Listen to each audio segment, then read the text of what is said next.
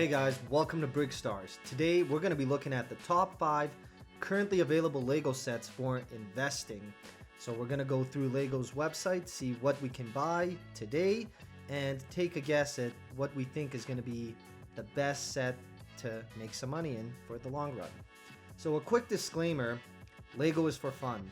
We buy Lego, we build Lego, we enjoy Lego. We take a lot of photos with Lego, we make videos of Lego, we collect it. And we're not in the business of making money and flipping sets, but the reality is Lego's very expensive and a lot of people do treat it as a business.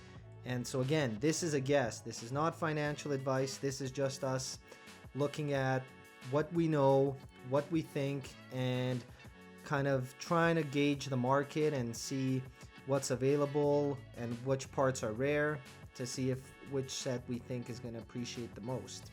So like we said, Lego investing is kind of a controversial topic. There's a lot of people that are very much against it. It's unfortunate when scalpers just buy out full waves of sets. But on the other hand, these people are taking a risk. They're spending the money up front. They have to store the sets and they're holding them for usually several years. So it's a risk and they've been rewarded, I guess, by making money on it. So starting off, we're going to be looking at 10320 Eldorado Fortress. This set has 2,509 pieces, 8 minifigures, and currently retails for $215 US. It's just a beautiful looking set, so very nostalgic. Obviously, it's based on previous Lego Pirate sets. It has some unique parts, and it's a very rare theme. So Lego Pirates is not something that we see often. I think it's been almost a decade since the last Pirates wave. And there's not a lot of small sets or minifigures that come out that are pirate themed, at least in recent history. So looking at this set, what's really cool is it can be expanded as a beautiful display piece. It's a great play set, and you get a bunch of minifigures. So these minifigures are just beautiful. The prints are updated, the blue coats, so if you have the original blue coats, these tie in great, and you get some pirates, some new prints.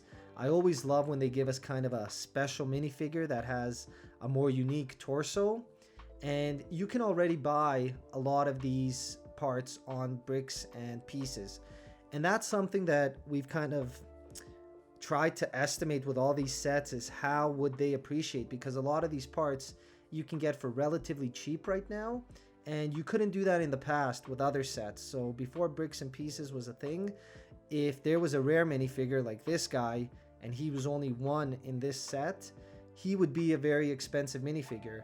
But now with Bricks and Pieces, you could probably make him for $5. You can see here his hat's $2.50. With that said, we still think that the amount of minifigures you get in this set, along with a couple other things, is going to make it appreciate. Looking at the original set it's based on, this is the nostalgia factor. So there's a lot of Lego fans that were probably born in the 90s or 80s that maybe had this set or just missed out on it. But they're going to want to buy the new set in the future. Maybe they're going to be at a stage in their life where they have more money or they missed out on it and they really need it. In this particular case, you can see the sale here. They've brought that back into the new set, and just beautiful looking set. So if this one looked great on a shelf, the new one we think looks even better with obviously the brick built base plate instead of the one mold. You get some cool color doors, these gates in reddish brown, the palm tree, the minifigures, just beautiful looking build, and some more unique parts. So flags are never cheap. Of course, this flag is about $5, and you can imagine when it goes out of stock and they stop producing it, this alone is going to be a pretty expensive piece. And the sales, I don't think you can even buy on Bricks and Pieces. So that's really the thing that we think is going to make this set appreciate nicely over time, is that it's tough to source these parts, and buying them used, there's going to be a good chance that they're either damaged or frailed or something like that. So we used Brick Economy to kind of estimate when the set's going to retire, and they're usually pretty good at forecasting and providing data of sets. So in this particular case, we can see this set's forecasted to go till mid 2026, at which point, as soon as it retires, sets typically appreciate the most in that time period, and then it's kind of a slow climb. But you can see within a couple of years, this set is forecasted to grow well over 50%. So it's no surprise that a set like this is one that you'll probably want to get if you're into Lego investing. 10295 Porsche 911. This is one of my favorite sets, and it is just a great build. It sits great on my shelf. I collect these large scale Lego cars, and I really love how they all look. But what's really neat is the fact that it's actually cross-branded. So these cars and these types of creations end up having an actual brand associated with them. So if you are a fan of Porsche or a fan of cars in general, this also applies to you, as well as being a fan of Lego. There's printed parts, there's unique wheels, there's unique parts, and there's just the ability to build multiple arrangements of this car. And as I mentioned, it's a collectible. It fits in with your other large-scale Lego vehicles and will make a great shelf collection. So as you can see here, just a beautiful looking set that will tie in really nicely in any type of office or house setting. And here we have some of these unique printed pieces. Of course, you see the Targa, you see the Porsche, the license plate, and the wheels and some other parts are unique to this set as well. Just bringing that extra bit of, well, the fact that it is not available anywhere else should for sure, we'd like to think, increase the value. And if you are in the market for this type of thing, you may have collected some of these other sets, and which I personally own. But what's quite interesting is the Mini Cooper and the Ferrari are currently retired, and both of these sets have expanded their cost or increased their cost substantially since they were released. The Ferrari especially started off by being $100 US, and I believe now it retails, if it's in a box, for over 400, maybe in that range. The Mini Cooper not quite as much, but still it has gone up substantially, and we expect the same to happen for the Porsche as well as the Land Rover and the Corvette. So you collect them, you expand your collection, and you sort of grow that. Now here we have from the Brick Economy the sort of forecasted growth, and this car has been out since 2021. So it's kind of getting to that point where now it's been out for a while, and with retirement coming up, you can see that pop and then a steady growth. Now that's not necessarily conclusive that this set will grow substantially, but just looking at the Ferrari and the Mini Cooper, the Beetle, and some of the other previous sets, people collecting one generally tend to collect all. I know that was my case. I started off with the Aston Martin, and now I have the full collection. So I find that these types of cars, whether you're an adult collector or whether you just like cars like me, this is something that can apply to a lot of people. Here we're going to be looking at 7529 Mos Eisley's Cantina. So this is a Star Wars set that features just over 3,000 pieces, 21 minifigures, and $400 US.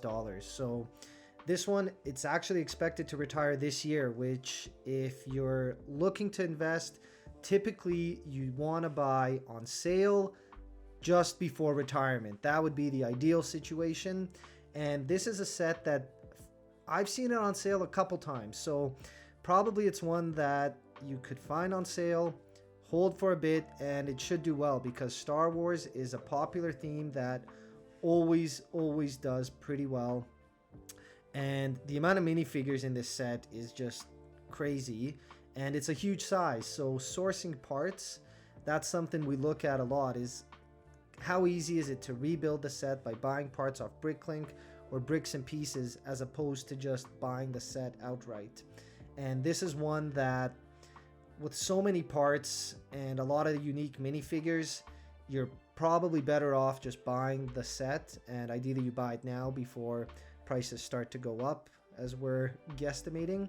Like looking at this interior, you can see it features a lot of the tan colored pieces, a cool little bar here in the middle, but again, the minifigures, so many unique minifigures. I think a lot of them are actually unique to this set, and lots of accessories. So you see these minifigures, Unfortunately, we're not the biggest Star Wars fans, so we don't actually know a lot of these figures, but we picked our two favorites, which were Garandin, hopefully we're pronouncing that right, and Pondababa. Very cool looking figs. This guy, I mean, people are probably going to laugh at us. His nose and this guy's mouth, we hope. But you can see already, just because they're unique figs in this set, the set's not even expired yet, but you're paying $30 Canadian right now for these figures, and there's more of these that are unique in this set. So just the figures alone, if you were to add up their cost, you're probably close to the $400. And of course, there's the reprinted and newly molded Dewback. I mean, anyone that's a Star Wars mock builder or collector absolutely needs this animal in their collection. So we think that's another great touch for this set. And like we said, it's poised to expire this year, or retire this year, I should say. So probably a good time to get one if you don't have one yet. And if anything, it makes a great set for your own collection. The Orient Express train, just over 2,500 pieces, 8 minifigures, and $300. This is a gorgeous looking set that was a lot of fun to build, and we personally have one up on display and find that it is just one of those stunning sets to have. Trains are always a popular collectible for certain fans, and we find that trains tend to do quite well, which we'll cover later. The fact that it's an ideas line also adds extra value. There's some people that tend to collect just Lego ideas sets, and it is truly beautiful. Like I said, the colors, the blue, it just pops, and it really adds to any collection if that is kind of what you're going for. Now, the minifigures are also interesting. There's a couple of minifigures that are unique to this set, and all of them are just beautiful. So we find that when there's nice minifigures, the set sort of gets made, especially in this case. Now here you can kind of see the full thing laid out, the various minifigures, and again, the fact that it is just such a nice collectible train as well as a display piece really adds. There's printed pieces that are unique to this set. There's maybe printed unique pieces in this set as well, or colors at least, and that adds to the fact that it's a little bit more unique. So it has that, you could see the printing of the Orient Express, the printing of the cities, and just the detail. Look at the sticker here behind the bar, and kind of all over the place. It has just a ton of details. I believe there's other stickers above the bed that are unique, fully custom for this set, making it super hard to sort of collect in the aftermarket or try to source afterwards.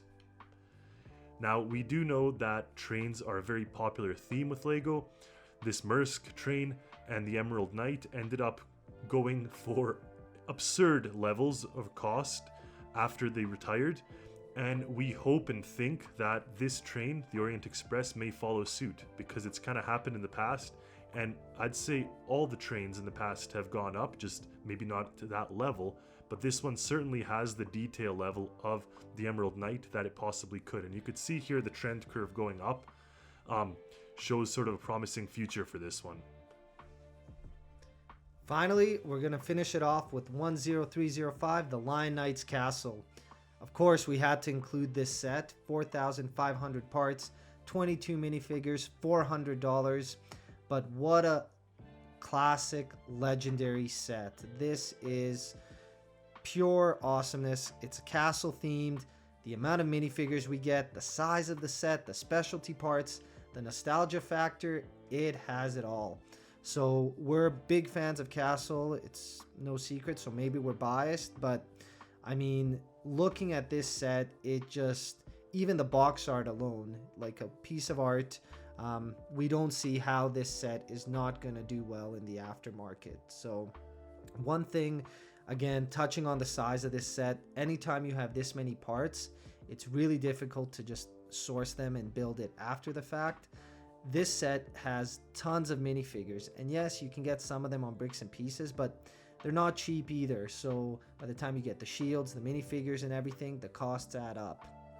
And looking at the interior of the set, the amount of details that are featured here is amazing. So the other thing we really like about this set is if you buy multiple copies and you change your mind and you're not going to hold it to invest it, you can always expand your castle display. You can always increase your village. They've recently released the medieval town square, and what a beautiful looking set that can also be shown wide or closed off. This set brought us back the Lion Knights. It gave us some more Forestmen. So having these minifigures is awesome. And like we said, you can buy a lot of these parts on Bricks and Pieces right now. But the torso from the collectible minifigure Bard is also included here. And that's one that you can't buy on Bricks and Pieces. So it's probably going to help appreciate the set a little bit as well.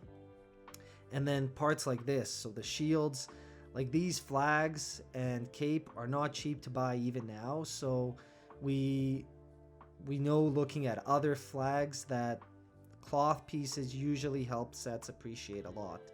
And then the animals. So not only the horses, the cow, but we also got new barding in this set, which is awesome. And really rare parts. Bardings typically appreciate really well. If you look at some of the older kingdom stuff or even older castle stuff, it's not uncommon. The bardings are $30, $40, $50, especially in good condition. And then there's the nostalgia factor. Like this set has taken bits and pieces from all these vintage Lego sets over the past couple decades, and it's kind of given us, you know, little bits with the Forestman tree, the shields here, the Black Falcon Knights. It's really something that Lego fans who, again, grew up in the 80s, 90s, it just kind of tugs at their heartstrings. So really cool that Lego brought this set back, and we think it's a slam dunk to have in your collection. And if you are an investor, definitely one that you want to include in your inventory. So this set is actually expected to retire sometime this year in 2024, which is another reason we think it's going to appreciate, not just because it's this year, but it's a pretty short run life. So 2022, typically sets go for 3-4 years. Some of the bigger sets do 5 as well, but this set, very short time frame, probably because it uses so many parts and has so many minifigures. So we definitely think if you don't have it yet and you're a castle fan, do not miss out. It's an exclusive set, I believe, so you can really only get it at Lego, which also helps the aftermarket price. So anytime there's a double point sale, take advantage and pick up the Lion Knights castle. So that's our guess for which sets we think are going to appreciate the most. Again, it's the top 5. If you guys enjoyed this video, we'd like to expand it to feature maybe the top 10 sets. And let us know in the comments below which sets you think will appreciate and your thoughts on Lego investing. Until next time, take care and have fun.